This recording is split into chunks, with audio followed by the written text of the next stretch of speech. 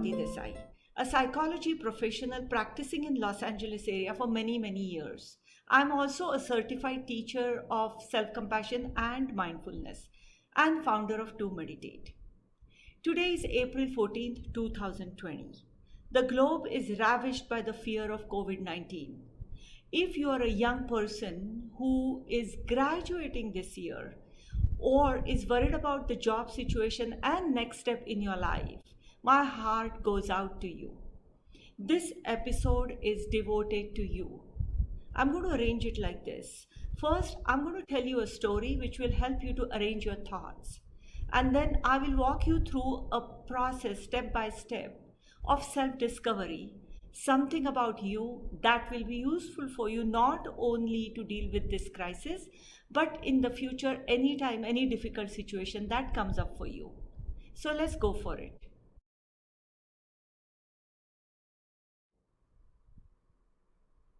Let's begin with a story. Psychologists Carl Jung and Joseph Campbell studied myths from all over the world, and they discovered that in many cultures and many parts of the world there is one story that is told again and again and again, and that story is called hero journey.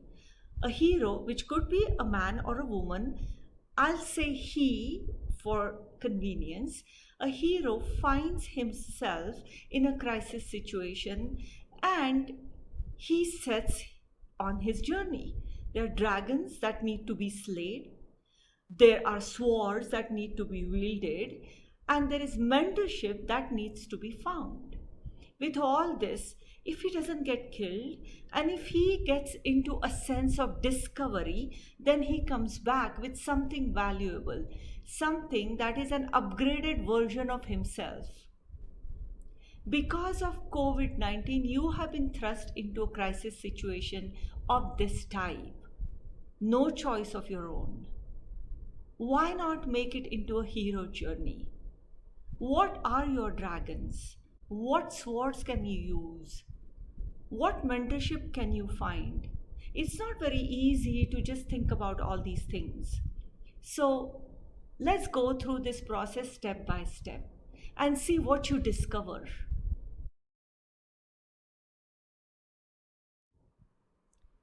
There are two types of pains. One pain that just pain and suffering, nothing comes out of it. The other pain, if you go through it and if you have a sense of discovery, it can actually lead you to next step in your life. This reminds me of the story of Steve Jobs. Steve Jobs was ousted from Apple, the company that he created himself, the company that made him into a household name. He was extremely depressed. He closed himself in his house for 3 days. He went through his own depression. He disappeared for a while. He was a Zen practitioner. He disappeared for a long time, and what he did was he thought. He came up with his own ideas, his own sense of discovery. And what happened to him when he came out of his hiatus?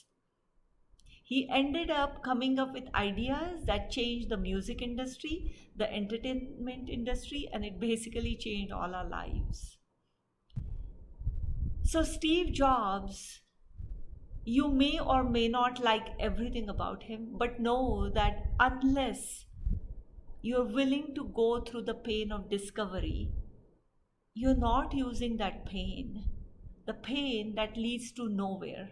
That's not where you want to go. You want to return back to this world with something that you can hold on to, that's an upgraded version of yourself. We are going to have 3 steps. Step number 1 is to discover your dragons. So I suggest take a pause in this video and go and get a piece of paper and pen and write down your dragons.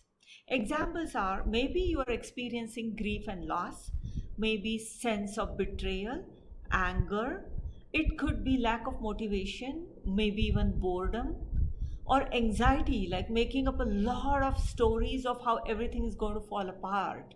That maybe for next 2 years you may not have a job, or you may be isolated from the rest of the world. To have these kinds of images. And all these things are examples of the dragons that are trying to gulp you down. What does it mean by getting gulped down by these dragons? Even that could reflect into two different ways. One way is to get paralyzed, as in not being able to think, to fall apart, to just want to sleep, sleep, sleep, or not to do anything, but just sit there and think obsessively about what could go wrong. Number two is, instead of getting like paralyzed and no action, you do take actions, but in the form of distraction. So you could be watching TV the whole day long. You could be talking to friends the whole day long. You're basically trying to escape from the pain of paralysis, the pain of anxiety, by distracting yourself. Even that is a sign of getting gulped down by dragons. So, the step number two is to begin to slay the dragons. What that would mean is to have a sense of self discovery. For that, you would need certain swords, certain tools to actually go through the process of self discovery. I would say that use compassion, especially self compassion, kindness towards yourself, patience towards yourself, knowing that whatever it is that you're going through is now, it's not forever. Have some faith in it, and that would give you courage to go through this process of self discovery. So let's go through that.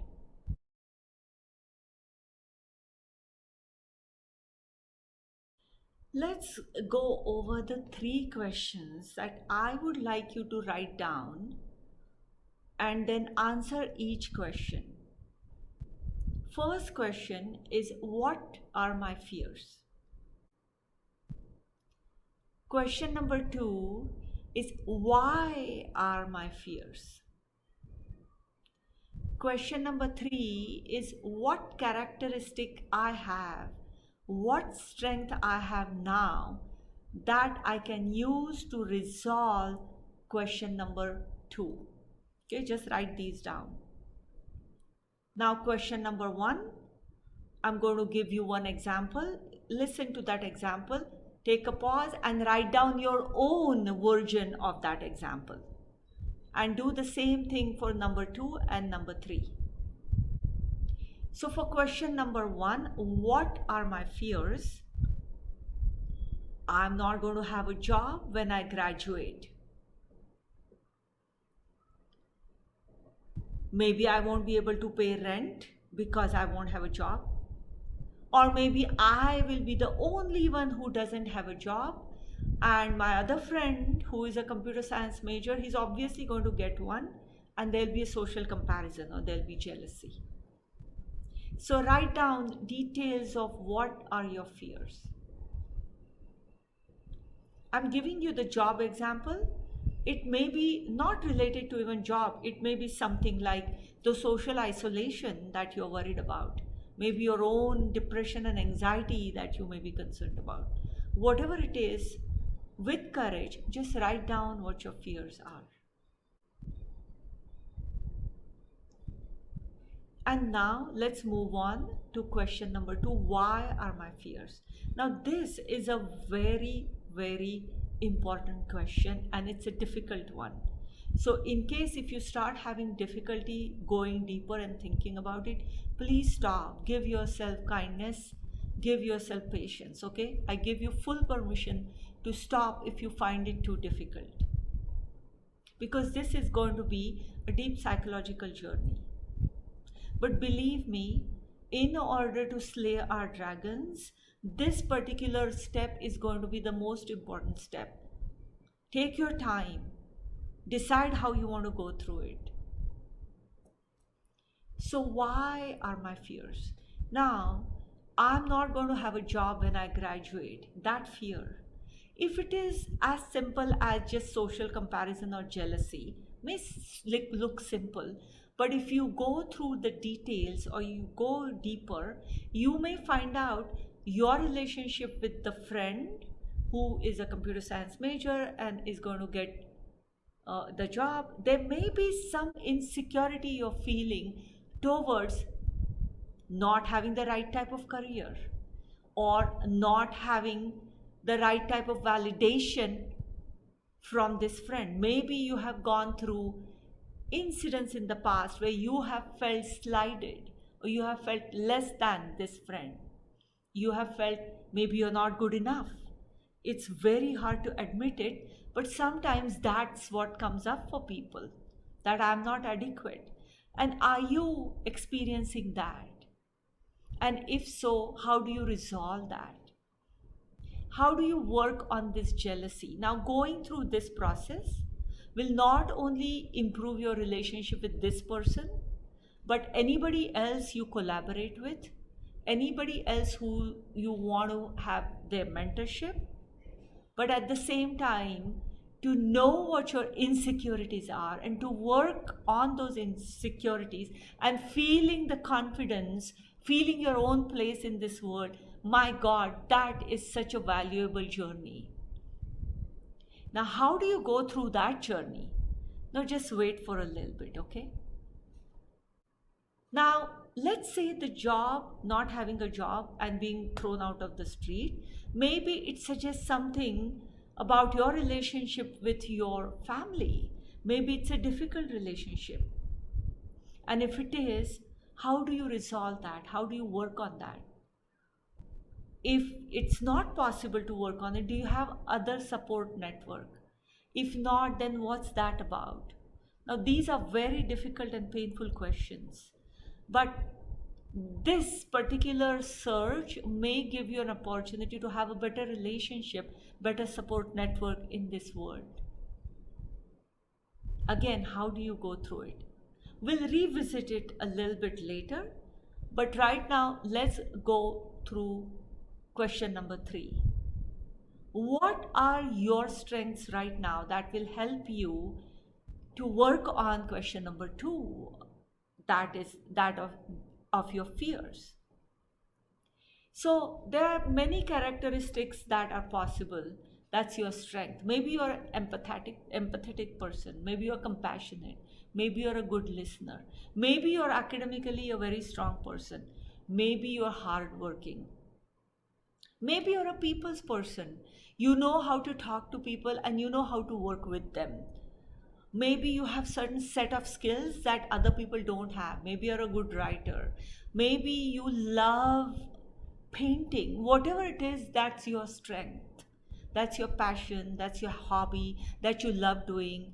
Or it's your characteristic that comes easy for you and that helps you in different situations. Think about what's your strength. Okay? Write it down. Pause and write it down. And once you write it down, let's revisit question number 2 and think about if there is any way you can use this strength to work on question number 2. For example, if you are a good listener and empathetic person, can you use it to create a better support network? And what's coming in your way to do that? And how can you resolve that? It's all about taking care of yourself, right? I'm not talking about taking care of the world at this point. I'm talking about first taking care of yourself by finding out what's coming in my way and how do I work on it.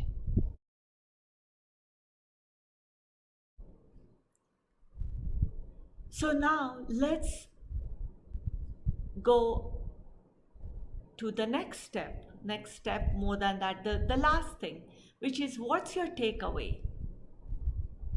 What's the mentorship that you need? And that is where this actually becomes a deeper process. To go through these 3 questions on your own and to resolve them is not very easy. You may not be very clear about how to go about it. Some of you may be able to go through it and come up with your strengths, maybe finding out about your shortcomings and maybe find out ways to deal with that. But some of you may have a hard time. First of all, take a pause anytime you have a hard time. And second of all, think about what do you want to use to do this? Do you have a mentor you can talk to? Do you have a friend who you trust, who you can talk to and help you with this process? If not, do you have a therapist? Or are you willing to go to a therapist who can patiently listen to you and help you to go through these steps? Maybe you have a religious belief, and if you have a religious belief, anytime you feel confused or you're falling apart, you can find your refuge in that. But then, once you find your refuge, come back to these questions.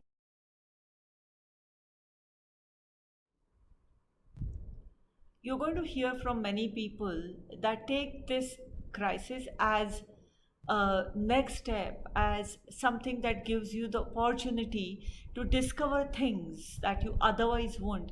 And it's true, but how do you actually do that? I've tried to give you a skeleton, a step by step process to go through it. But remember, the work really lies into why are my fears, and then to be okay with whatever it is that you find out, your insecurities, your weaknesses.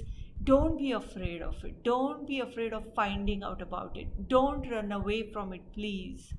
Stick to it and see how you can resolve them, how you can get rid of the trigger or get rid of the landmine that you may be stepping on. And once you are able to find out how to do that, then that's going to be your strength for the rest of your life. So, all the best.